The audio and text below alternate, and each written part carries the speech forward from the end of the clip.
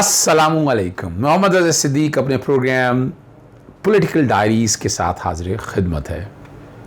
कुछ सियासी पहलू भी हैं और साथ साथ अदालती पहलू भी हैं। बड़ा ज़रूरी है आप लोगों के साथ डिस्कस करना, आपको अपडेट करना। इस्लामाबाद हाई कोर्ट में भी सहाफ़ियों, सो कॉल्ड सहाफ़ियों के हवाले से जो चंद समाअत हुई, लेकिन सुप्रीम कोर्ट ने सहाफ़ियों को हरासा करने से मुताल्लिक़ आज खुद नोटिस का जो तहरीरी हुक्मनामा है 30 अगस्त को जो हुई थी वो जारी कर दिया है। ये मेरे हाथ में है, ये 3 सफ़ों का है। और DGFIA आपको पता है चेयरमैन पैमरा और IG इस्लामाबाद आइंदा समाअत पर ज़ाती हैसियत में तलब हैं। अटॉर्नी जनरल खालिद जावेद खान को भी नोटिस जारी हुआ है। और आपको पता है चारों advocate general, yes I remember, मुझे जो याद पड़ता है जी बिल्कुल, हाँ जी, एडवोकेट जनरल इस्लामाबाद को भी नोटिस जारी किया है। और इस्लामाबाद हाई कोर्ट में सहाफ़ियों से मुतल्लिक जो भी कागज़ात चल रहे हैं ना, वो दस्तावेज़ात जमा करवाने का मुतल्लिक रिकॉर्ड पेश करने का हुक्म है। और दरख्वास्तें सबसे पहले लिखा जो अदालत ने यहाँ, mister Abdul Qayyum Siddiqui, ex president press association of Pakistan, has come to the rostrum and submitted that he does not wish to press this application and seek to withdraw the same to this extent. अगर वो withdraw करना चाहते हैं तो proper application दायर करें। ये देखें, ये चपेड़ है कुछ लोगों के मुंह पे ऊपर। आमिर मीर ने वो ख़त टाइप किया, साइन करके जारी कर दिया, वो तौहीन अदालत है, वो कंटेम्प्ट ऑफ कोर्ट है। अदालत में सिर्फ अब्दुल क़य्यूम सिद्दीकी ने जो ऑर्डर में लिखा हुआ है, बाकी किसी ने नहीं कहा कि मैं दरखास्तें वापस लेना चाहता हूं। अब्दुल क़य्यूम सिद्दीकी सिर्फ आए, बाकियों को वो बैठ के नंबर पाने का। और वो मेरा जहां तक ख्याल है वो दरखास्त अदालती रिकॉर्ड का हिस्सा बननी चाहिए। और उस तरह वो जो लेटर जारी किया था ना, वो लेटर जरा अदालती रिकॉर्ड का हिस्सा तो बने ना, कि वो लेटर क्या है जरा समझ तो आ सके हम सब लोगों को। और सुप्रीम कोर्ट ने बड़ा वाज़ेह तौर पर कहा और कि कायम मुकाम चीफ जस्टिस ने आर्टिकल 184(3) के तहत इसका सू मोटो नोटिस लिया और इस बेंच के सामने और इंक्वायर करने को कहा जो ग्रीवियंसेस हैं, जो कि आइन के पासदार हैं, रखवाली करनी है। और फिर वो साथ साथ और 3 रुकनी बेंच जो आज खुद नोटिस के तहत आज़ादी सहाफ़त और बुनियादी इंसानी हकूक़ का जायज़ा लेगा। चूँकि जस्टिस एजाजुल एहसन 15 सितंबर के लिए मौजूद नहीं है, तो साइन करते हुए फिर ये 13 सितंबर के लिए इस केस की समाअत मुलतवी कर दी गई है। फंडामेंटल राइट्स की एनफोर्समेंट प्रिजर्व करना, उस हवाले से ये सारी बात है। ये जो ऑर्डर है ये भी बैकग्राउंड पे, मैं कहूँगा कि बैकग्राउंड पे ये चल जाए। हम चलते हैं आगे, मैंने अभी बाद में बात करूँगा, लेकिन जो कि सुप्रीम कोर्ट की पहले मैंने बात करनी है। और ये भी बड़ा अहम इशू है, चीनी की कीमतों के तयन के हवाले से केस की समाअत है। अदालती फैसले पर अमल दरामद न होने पर तौहीनी अदालत की दरख्वास्त दायर करने की हदायत कर दी है। कायम मुकाम चीफ जस्टिस उमर अता बंदियाल की सरबराही में हुआ। चीनी की कीमतों के तयन के हवाले से पहले फैसला दे चुके हैं। अदालती फैसले पर अमल दरामद का नोटिफिकेशन भी हो चुका है। हाई कोर्ट ने पोस्ट डेटेड चेक्स कैसे ले रही है जस्टिस उमर अता बंदियाल ने। सुप्रीम कोर्ट ने तो कैश जमा कराने का कहा था, कैश जमा कराएंगे तो प्रोटेक्शन है। पोस्ट डेटेड चेक पे मुझे भी तहफ़्फ़ुज़ात इस कॉन्टैक्ट्स में है, कल तो ये पैसे ही नहीं देंगे, ये तो कल कहाँ देंगे, किस तरह देंगे, ये तो शुगर केन वालों को पैसे नहीं देते। और फिर ये अदालत का सवाल था, ये जज साहब के बारे में किस जज ने ये ऑर्डर किया, और अटॉर्नी जनरल को हिदायत किया कि आप तौहीन अदालत की दरख्वास्त है। सलमान राजा भी वहाँ मौजूद थे कि साबका केस में हम फरीक नहीं थे, आप पर भी ये फैसला लागू होगा। हुकूमत को समझना चाहिए टैक्स और मुलाजमतों को फ़रोग के लिए इंडस्ट्री को फ़रोग देना होगा। ये जस्टिस उमर अता बंदियाल के। इसी तरह एक और अहम केस है, वैक्सीन जो है ना, कोरोना वैक्सीन के हवाले से अंदरून मुल्क वैक्सीन के लाजमी करार देने के ख़िलाफ़ केस की समाअत हुई। जस्टिस उमर अता बंदियाल की सरबराही में 3 रुकनी बेंच ने की और फ्रीकैन को नोटिस जारी कर दी है। वैक्सीन का मामला आइन के किस आर्टिकल के तहत आता है, जस्टिस मुनीब अख्तर ने रिमार्क्स किया। कोरोना वबा के पेश नज़र हुकूमत ने कोरोना वैक्सीन को लाजमी करार दे दिया है। अंदरून मुल्क सफ़र के लिए भी कोरोना वैक्सीन को लाजमी करार दिए कहा गया है। वैक्सीन को लाजमी करार देना आइन के आर्टिकल 142 समेत मुतअद्दिद आर्टिकल्स की खिलाफ वर्जी है। वो प्रोविंस और फेडरेशन के दरमियान जो बात है, सुप्रीम कोर्ट ने समाअत जो है ना गैर मुइना मुद्दत के लिए अपना एडजर्न कर दी है जी। अब इसे आगे चलते हैं। और वो मैंने जो आपसे जिक्र किया था, बड़ा अहम इशू है, ये है अपीलों की समाअत। अल अजीज़िया और एवन फील्ड के अपीलों की समाअत है। नवाज शरीफ एब्सकॉन्डर भागा हुआ है, मरीम नवाज भी अदालतों को बेवकूफ़ बनाने के लिए कोई ना कोई हीले हरबे बहाने बना के अमजद परवेज़ ने कहा कि छुट्टियाँ हैं, इस केस को मुलतवी किया जाए। भाग पता नहीं क्यों रहे हैं, मेरिट पे आएँ और बहस करें, उस केस को ख़त्म करें। और जो आज तकलीफ से बात है ना, कमरा अदालत में ऊंची आवाज़ में सलाम पुकारने पर बरहमी का इजहार किया है और कहा जैसे कोर्ट का एहतराम नहीं, उसकी ज़मानत क्यों ना मनसूख की जाए। बड़े सवाल आए, वो ट्विटर में बैक पे चला रहा हूँ। असतूर ने कहा, फिर वहाँ जो साफ़ी मौजूद थे उन्होंने बड़ा वाज़ेह तौर पर कहा कि आप तो अदालत में मौजूद ही नहीं थे, आप किस कैपेसिटी में ये बात कर रहे हैं। मैं कोशिश करता हूँ आपके सामने वो मैं पढ़ देता हूँ कि जो ख़ास तौर पर वो जो ट्वीट किए हैं, हाँ ये हैं।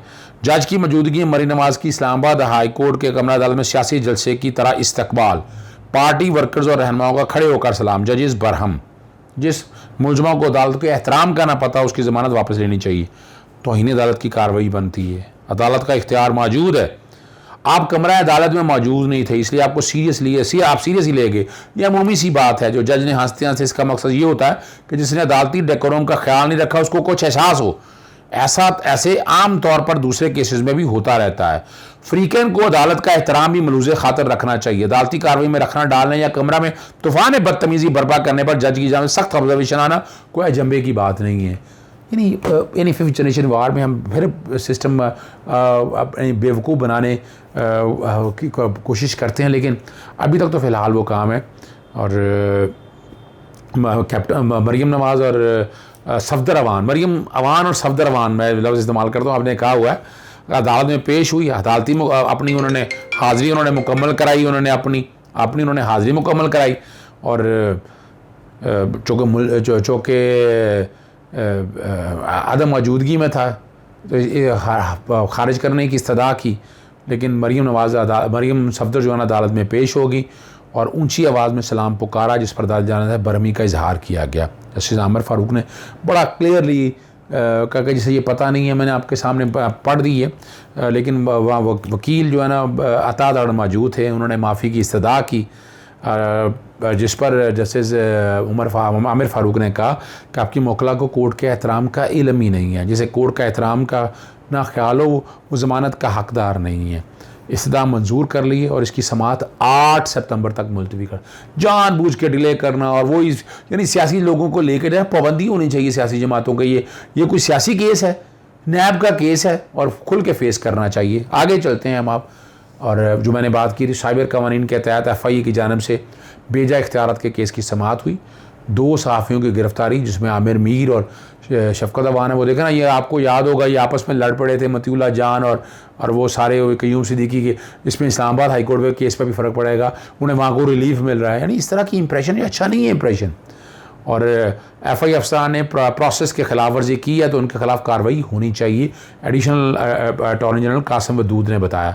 बार बार कहा यह तासर को ख़त्म करें, क्यों उन सहाफ़ियों के पीछे पड़े हैं, ये हुकूमत या किसी और के ख़िलाफ़ राय दें। पिछली समाअत के बाद लाहौर में क्या हुआ, FI ने इस अदालत की तौहीन की है, ये गलत बात है। मैं नहीं समझता कौन सी तौहीन की है इस हवाले से। अगर एक बंदा गलत बात कहता है तो उस पर नोटिस, झूठ बोलता है उस पर नोटिस क्यों नहीं लेना चाहिए। और ये सिर्फ इन पे नहीं है, पूरा रिकॉर्ड आपके सामने आएगा जिन लोगों के खिलाफ हुआ है। FI अदालत के साथ प्लेइंग गेम क्यों कर रही है, अदालत को मिसलीड कर रहे हैं। क्या अदालत हुक्म के बनाए SOPs पर FIA पर अप्लाई नहीं होते?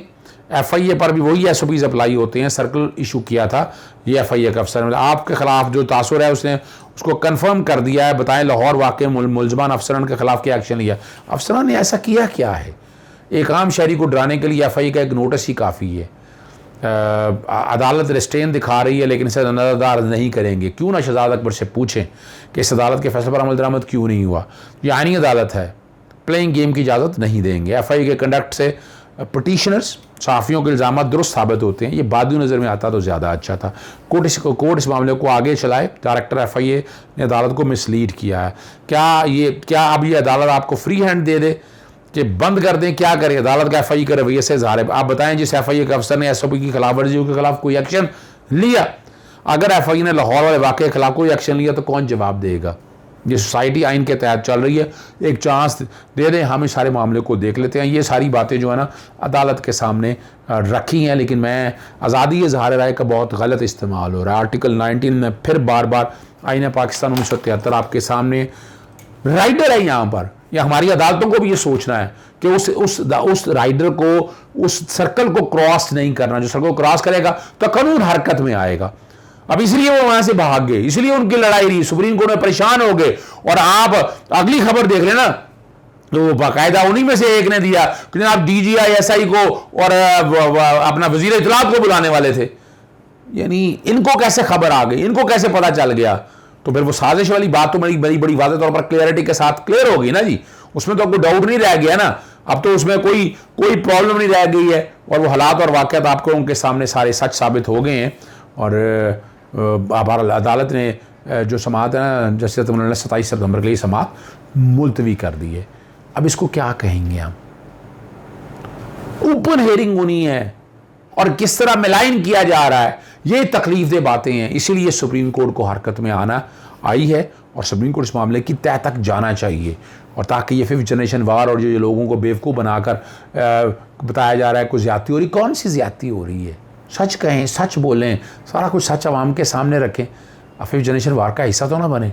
अब घर बैठे और घर बैठ के ट्वीट कर दें कि ऐसा हो जाए। अब जब नहीं मौजूद हैं तो फिर अब आप बताएं आपके हालात और वाक़यात क्या हैं, सच क्या है?